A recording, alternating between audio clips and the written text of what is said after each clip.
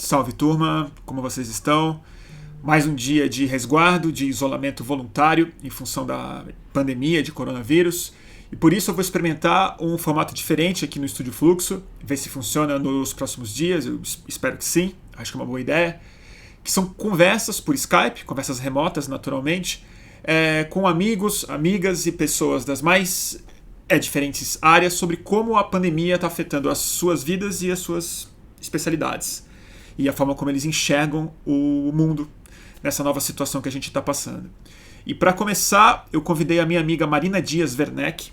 Ela é diretora do IDDD, o Instituto de Defesa do Direito à Defesa, e ela acabou de entrar com uma ação no STF, no Supremo Tribunal Federal, para pedindo a soltura de grande parte dos presos brasileiros, pelas condições absolutamente insalubres e pelo risco de saúde pública que um contágio dentro do sistema carcerário brasileiro representa, não só para a população que está atrás das grades, mas para a sociedade brasileira como um todo. Afinal de contas, numa pandemia não existe grade que nos separa tanto assim. E também adianto o seguinte, ela vai explicar o projeto, vai explicar um pouco da situação e dos riscos que a gente corre, mas também falar uma coisa muito bizarra que aconteceu, na verdade, muito auspiciosa, que assim que a gente desligou a nossa ligação de Skype, eu recebi a informação de que rebeliões e fugas de presídios em São Paulo estão começando a acontecer por conta do medo que os presos estão sentindo da pandemia. Então acho que foi uma conversa muito, enfim, veio numa data importante. E avisando também que a qualidade do vídeo não está muito boa, porque eu gravei o próprio Skype. Eu estou tentando entender qual é o melhor esquema para a qualidade do vídeo ficar melhor, mas a conversa está ótima. Então espero que vocês gostem e, novamente, me desculpem um pouco a baixa resolução do vídeo. Nos próximos eu capricho mais.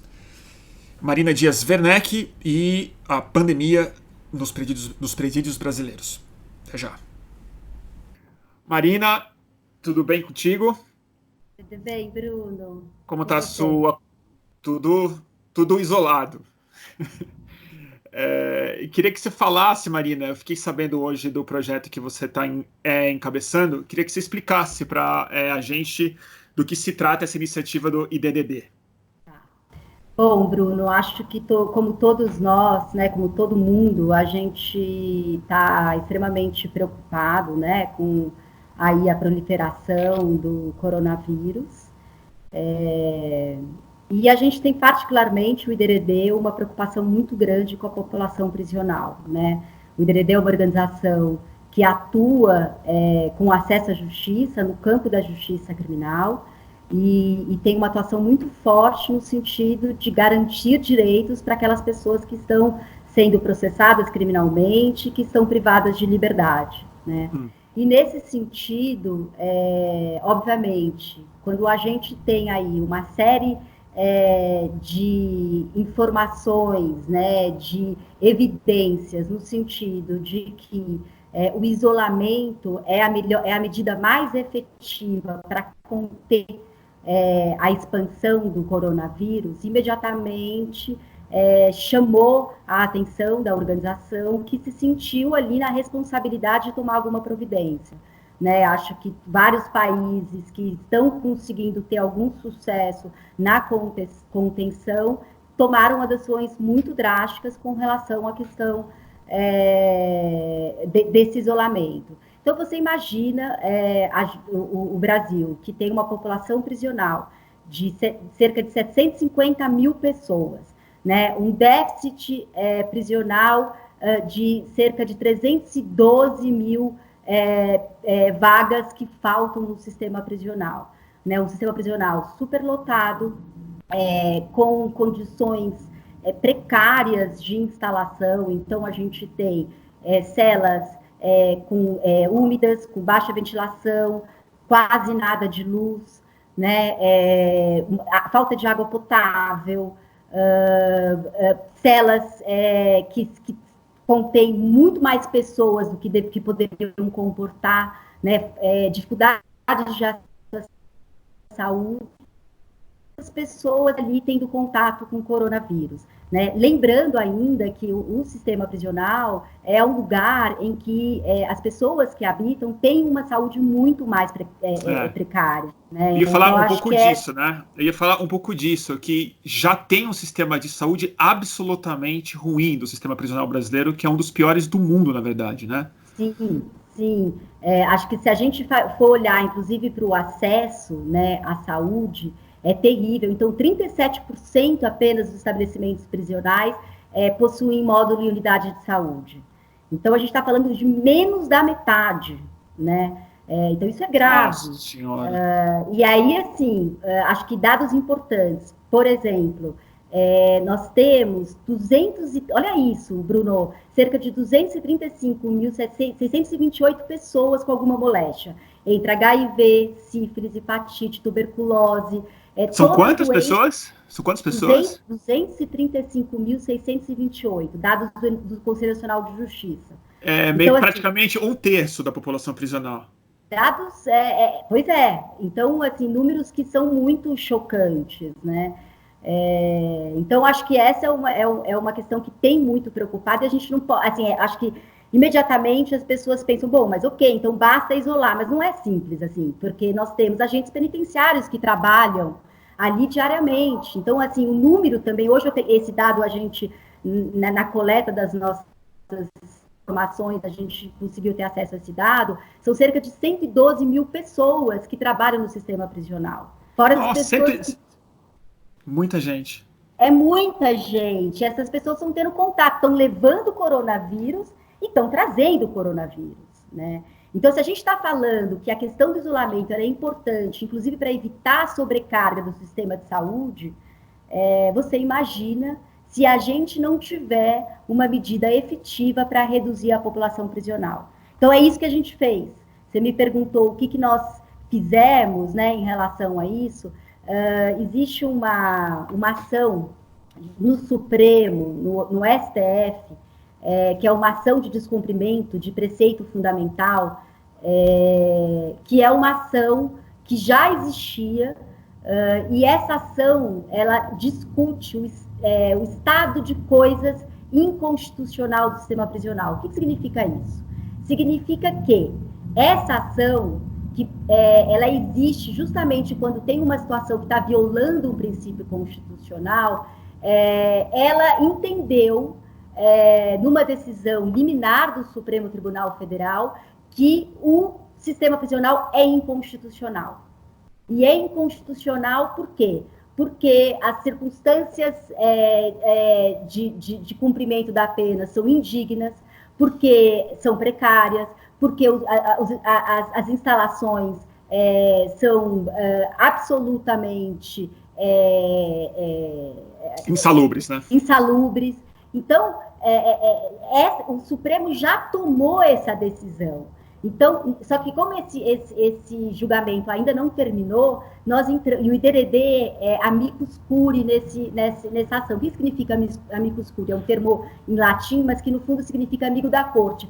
É um instrumento jurídico que existe para quando uma organização tem especialidade, condições de contribuir para que o Supremo tome uma decisão de uma maneira mais apropriada sobre determinado assunto, essa organização pode entrar nessa ação na condição de amigo da corte. Então, o IDRD já estava como amigo da corte nessa ação, então nós entramos com um pedido liminar pedindo uma série de medidas para tentar reduzir a população prisional.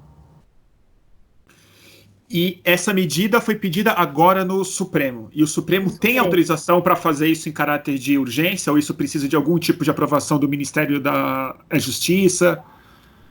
Não, o Supremo Tribunal tem completa autorização, inclusive porque essa ação está justamente discutindo a urgência. A urgência e a situação do sistema prisional. Vou te ler um trecho. Qual é o volume de pessoas que seriam soltas com essa ação? Então, é difícil da gente conseguir calcular, mas eu vou te dar alguns exemplos. Dentre tantas medidas que nós pedimos, por exemplo, que sejam colocadas em liberdade as pessoas que cometeram crimes sem violência e grave ameaça. Então, quais, por exemplo, são os crimes sem violência grave e ameaça, crimes que estão previstos na lei de drogas. Na lei de drogas. E crimes, o número de pessoas que estão presas pela lei de drogas são 340.416 pessoas. Então, Metade, a gente já basicamente. Pois é. E aí, de furto, por exemplo, que também estaria aí, seriam 32.390 pessoas. Então, assim, esses são números recentes de 2019, do Infopem, e dão aí um pouco uma diretriz do que pode acontecer em termos de impacto. Além disso, por exemplo, você tem cerca de 10 mil pessoas com mais de 60 anos, né? Então, esse número que eu te passei de pessoas que têm tuberculose e etc. Então, assim, acho que a gente pode ter, de fato, um impacto importante na redução da população prisional. E qual a receptividade disso no Supremo? Você acha que essa é uma ação viável? Porque ela soa absolutamente razoável do ponto de vista de direitos humanos, mas ela soa absolutamente surreal do ponto de vista da psicologia nacional. De no meio de uma pandemia, você coloca na rua, né? Essas pessoas todas. Eu queria entender o que você acha que de fato tende a acontecer com uma ação dessa se o volume é alto, assim. Olha, Bruna, eu não tenho a menor dúvida de que existe coragem, né? Mas quando a gente está falando do judiciário, o judiciário sempre precisa tomar decisões corajosas, né? O judiciário ele não pode decidir com medo e receio do impacto que suas decisões terão na sociedade. Ele existe para garantir direitos. Né? A gente sabe que o clima, a gente não tem um cenário propício para esse tipo de decisão no nosso país atualmente. Mas a gente já tem um precedente do Supremo Tribunal Federal reconhecendo a situação de inconstitucionalidade do nosso sistema prisional. Então, isso já é um passo importantíssimo para que o Supremo olhe o nosso pedido com muito cuidado, né? Acho que tem a ADPF está com o ministro Marco Aurélio, né, que é um ministro sensível a essas questões. Ele, no seu voto, por exemplo, acho que vale mencionar, porque é interessante, ele fala, por exemplo, que os detentos estão sujeitos às seguintes condições: superlotação dos presídios, torturas, homicídios, violência sexual, celas imundas e insalubres, proliferação de doenças infectocontagiosas, comida imprestável, falta de água potável, produtos higiênicos básicos. Então, assim, é disso que se trata, entendeu? O problema é um problema insolúvel. E a gente tem uma ideia de data, uma ideia se eles vão colocar isso na pauta imediatamente, porque a gente está lidando com uma pandemia, ou seja, o tempo é a coisa mais importante de todas, porque ainda não teve um caso, teve? Não teve nenhum caso. Não teve nenhum caso. Então no fundo, prisional, não. A gente está com sorte, no fundo, por enquanto, né? Isso porque a gente ainda não tem nenhuma informação a respeito, né? Mas... Também não sei se estão testando essas pessoas doentes na cadeia, porque não estão fazendo isso fora da cadeia também, é difícil de saber. Então, a gente não tem um prazo, né? Não existe um prazo para que esse pedido liminar seja apreciado. O que a gente espera é que o Supremo leve em consideração a urgência e a responsabilidade da decisão que está no colo do Supremo, né? E essa saída, ela teria um prazo? As pessoas retornariam para a prisão após o fim da pandemia, eventualmente? Então, isso depende de como o Supremo vai decidir. Nós não colocamos nenhum pedido no sentido de limitando o prazo, nada disso. A gente fez um pedido, olha, diante da situação de pandemia, nós estamos fazendo os seguintes pedidos, né? E aí os pedidos, Bruno, que eu acho que é legal de trazer também, vamos lá, acho que é importante da gente contar um pouquinho quais são os pedidos que o IDRD mencionou ali. Então, acho que a gente pede, né, a liberdade das pessoas idosas, né, com igual ou superior 60 anos, as pessoas que têm uma situação de doença, né, grave, como portadores de tuberculose, soropositivos para HIV, pessoas com doenças respiratórias cardíacas, câncer, imunodepressoras, diabéticos, enfim, doenças cuja pré-existência indica alguma suscetibilidade maior de um agravamento de saúde Certo. a partir do contágio. Gestantes e lactantes, né, com respeito ao marco do Estatuto da Primeira Infância. Trouxemos a questão dos crimes cometidos sem violência ou grave ameaça. Também as pessoas que terão, serão presas em flagrante agora e que ainda não estão presas, então, para que sejam priorizadas medidas cautelares e não a prisão, né? Entendi. Acho que para que a gente não tenha mais pessoas entrando, inclusive pessoas que podem estar com coronavírus.